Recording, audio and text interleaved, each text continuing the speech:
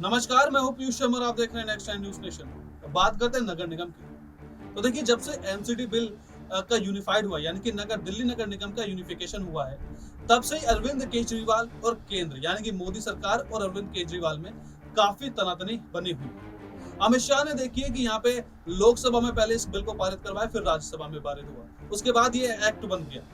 2010 में भी अमित शाह ने हवाला दिया था कि जब कांग्रेस की सरकार यानी कि शीला दीक्षित की सरकार थी यहाँ पे, तब भी एमसीडी का यूनिफाइड हुई थी। उसके बाद देखिए 2010 के बाद इसको डी यूनिफाइड कर दिया गया था। लेकिन इस पे जो राजनीति चल रही है, वो पूरा का पूरा इसमें माहौल ऐसा बन गया है कि केजरीवाल और सरकार यानी कि अमित शाह और केजरीवाल यानी गृह मंत्रालय और दिल्ली के सीएम के बीच में काफी तनातनी है।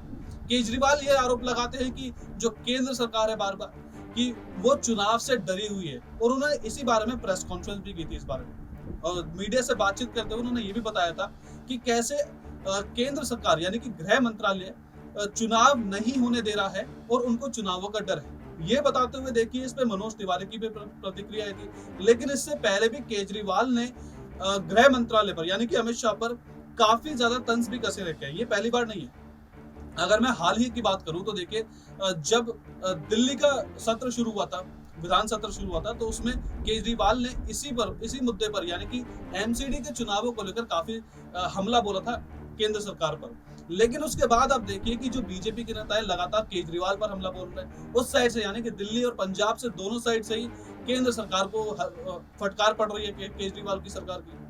तो इसमें आप देखिए कि पूरी जो राजनीति बन चुकी है वो एमसीडी को लेकर बन चुकी है कि एमसीडी के चुनाव कब होंगे, और इसी पर यानी कि एमसीडी के चुनाव कब होंगे, इसी प्रश्न का उत्तर आज मनोज तिवारी ने दे दिया है। जी हाँ, बिल्कुल, यहाँ पे मनोज कुमारी ने मीडिया से बात करते हुए साफ साफ कह दिया था कि आप 6 से 8 महीने तक रुकिए और उसके बाद आपको फल मिल जाएगा, यानी कि एमसीडी के चुनाव हो सकते हैं। तो मनोज तिवारी ने साफ साफ यहाँ पे पहले ही बोल चुके थे कि पहले ऐसा हो सकता है कि यहाँ पे उन्होंने पहले भी मीडिया से बातचीत करते हुए ऐसा थोड़ा संदेशा तो दिया था, इसका अंदाजा था, लेकिन अब उन्होंने खुले तौर पर ये बात बोल दी। तो उसके बाद देखिए मनोज तिवारी ने केजरीवाल पर भी तंज कसा है। उसके बाद जो उनके आप सरकार है यानी कि आपके दिल्ली में जो मंत्री है और पंजाब में जो मंत्री है, दोनों जगह आप देखिए कि उनके जो स्वास्थ्य मंत्री है दोनों जेल में है। इस पर भी मनोज तिवारी ने अरविंद केजरीवाल को घेरा था।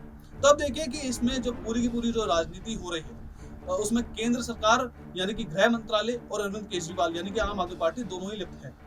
आज चलिए कि आपको हम बताते हैं कि इसमें जो एमसीडी यूनिफाइड हुई है यानी कि दिल्ली नगर निगम का जो एकीकरण हुआ है, उससे अरविंद केजरीवाल को क्या फायदा हो सकता है, या फिर सरकार को यानी कि केंद्र सरकार को इससे फायदा होगा। और इसमें अरविंद केजरीवाल ने ऐसा क्या क्या गृह मंत्रालय के बारे में यानी कि केंद्र सरकार के बारे में ऐसा क्या क्या बोला जब दिल्ली विधान सत्र शुरू हो रहा था, तो इसमें हम ये भी बताएंगे आपको। देखिए हमारी खास रिपोर्ट। ऋषि सुनक, पूर्व वित्त मंत्री। ब्रिटेन के पूर्व वित्त मंत्री ऋषि सुनक ब्रिटेन के नए प्रधानमंत्री की दौड़ में सबसे आगे हैं। भारतीय मूल के ऋषि सुनक बोरिस जॉनसन के मंत्रिमंडल में बतौर वित्त मंत्री शामिल थे, लेकिन उन्होंने एक नेता के सेक्स स्कैंडल में फंसने के बाद अपने पद से इस्तीफा दे दिया था। ऋषि सुनक रिचमंड के उत्तरी यॉर्कशायर निर्वाचन क्षेत्र से 2015 में पहली बार सांसद बने थे। उन्होंने 5 साल से भी कम समय के बाद 2020 में वित्त मंत्री की कुर्सी हासिल कर ली। हालांकि अपनी पत्नी के टैक्स मामलों पर विवाद और लॉकडाउन नियमों के उल्लंघन के लिए जुर्माना लगाने से ऋषि सुनक की प्रतिष्ठा को ठेस पहुंची थी। लिज ट्रस, विदेश मंत्री। ब्रिटेन की विदेश मंत्री लिज ट्रस प्रधानमंत्री पद के उम्मीदवारों की लिस्ट में दूसरे नंबर पर है। उन्होंने पीएम बोरिस जॉनसन के सबसे करीबी और प्रबल समर्थक नेता माना जाता है। वो पहली बार 2010 में दक्षिण पश्चिम नॉर्फॉक के सांसद के रूप में चुनी गई थी। लिज ट्रस कंजर्वेटिव पार्टी के नेताओं के बीच काफी लोकप्रिय भी है। उन्होंने अंतर्राष्ट्रीय व्यापार सचिव के रूप में ब्रेक्जिट के बाद के व्यापार समझौते पर बातचीत सहित ब्रिटेन की कैबिनेट के कई पदों पर संभाला था। लिज ट्रस ब्रिटेन के इतिहास में विदेश कार्यालय का नेतृत्व करने वाली केवल दूसरी महिला है। साजिद जाविद, पूर्व स्वास्थ्य मंत्री। पाकिस्तान मूल के कंजर्वेटिव नेता और पूर्व स्वास्थ्य मंत्री साजिद जाविद भी ब्रिटेन के पीएम के पद के संभावित उम्मीदवार हैं। उन्होंने पीएम बोरिस जॉनसन के फैसले के विरोध में ऋषि सुनक के साथ ही अपने पद से इस्तीफा दे दिया था। साजिद जाविद 2010 में बॉन्सक्रोफ्ट से पहली बार सांसद चुने गए थे। पाकिस्तानी अप्रवासी परिवार में पैदा हुए साजिद जाविद ने 2019 में प्रधानमंत्री पद के लिए बोरिस जॉनसन का प्रबल समर्थन किया था। इसके लिए उन्हें चांसलर की भूमिका देकर पुरस्कृत भी किया गया। लेकिन उन्हें 6 महीने बाद पद छोड़ दिया, जिसके बाद उन्हें 2021 में ब्रिटेन के स्वास्थ्य मंत्री का बना दिया गया। माइकल गोव, पूर्व level up secretary. Michael gov को पीएम बोरिस जॉनसन का प्रबल विरोधी नेता माना जाता है। उन्होंने कैबिनेट में रहते हुए पीएम जॉनसन के इस्तीफे की मांग की थी, जिसके बाद जॉनसन ने उन्हें पद से बर्खास्त कर दिया था। 2005 में सरे हीथ से पहली बार सांसद चुने जाने के बाद गोव ने डेविड कैमरन, थेरेसा और बोरिस जॉनसन की सरकार में विभिन्न कैबिनेट पदों पर कार्य किया। उन्होंने ब्रिटेन के परीक्षा और पाठ्यक्रम में बड़े बदलाव लाकर क्रांतिकारी शिक्षा सचिव के रूप में अपना नाम बनाया। गोव ने थेरेसा में और ब्रेक्सिट सौदे को जमकर वकालत की थी। नादिम जावी, वर्तमान वित्त मंत्री। बोरिस जॉनसन ने ऋषि सुनक के इस्तीफे के बाद नादिम जावी को नया वित्त मंत्री नियुक्त किया था। नादिम जावी इराक मूल के ब्रिटिश नेता हैं। इराक में सद्दाम हुसैन के सत्ता में आने पर जावी और उनके परिवार को देश छोड़कर भागने के लिए मजबूर होना पड़ा था। टेलीटूबीज मर्चेंडाइज बेचने वाली फर्म और यूगो की स्थापना के बाद वह 2010 में स्टैंड ऑफ एवन के सांसद बने। नादिम के कोरोना वायरस महामारी के दौरान उन्होंने वैक्सीनेशन को लेकर जबरदस्त काम किया। इसी कारण उन्हें कैबिनेट में शिक्षा मंत्री के रूप में प्रोन्नत किया गया। ब्रिटेन में दो बड़ी पार्टी, कंजर्वेटिव और लेबर। सबसे पहले इसको ऐसे समझिए कि ब्रिटेन में दो बड़ी पार्टियां हैं, कंजर्वेटिव और लेबर। भारत में जिस तरह लोकसभा सांसद का चुनाव होता है, उसी तरह ब्रिटेन में लोग हाउस ऑफ कॉमन्स के लिए अपने सांसद का चुनाव करते हैं। ब्रिटेन में कुल 650 यानी कि 650 संसदीय क्षेत्र हैं।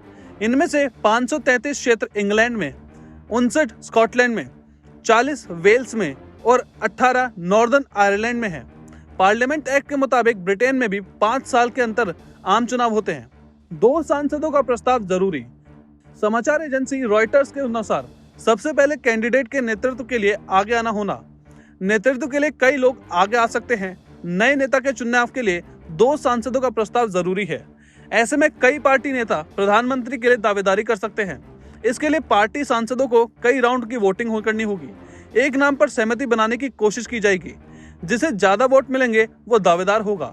ये वोटिंग तब तक होगी जब तक केवल 2 कैंडिडेट रेस में ना रह जाएं। अमूमन यह वोटिंग मंगलवार और गुरुवार को होती है।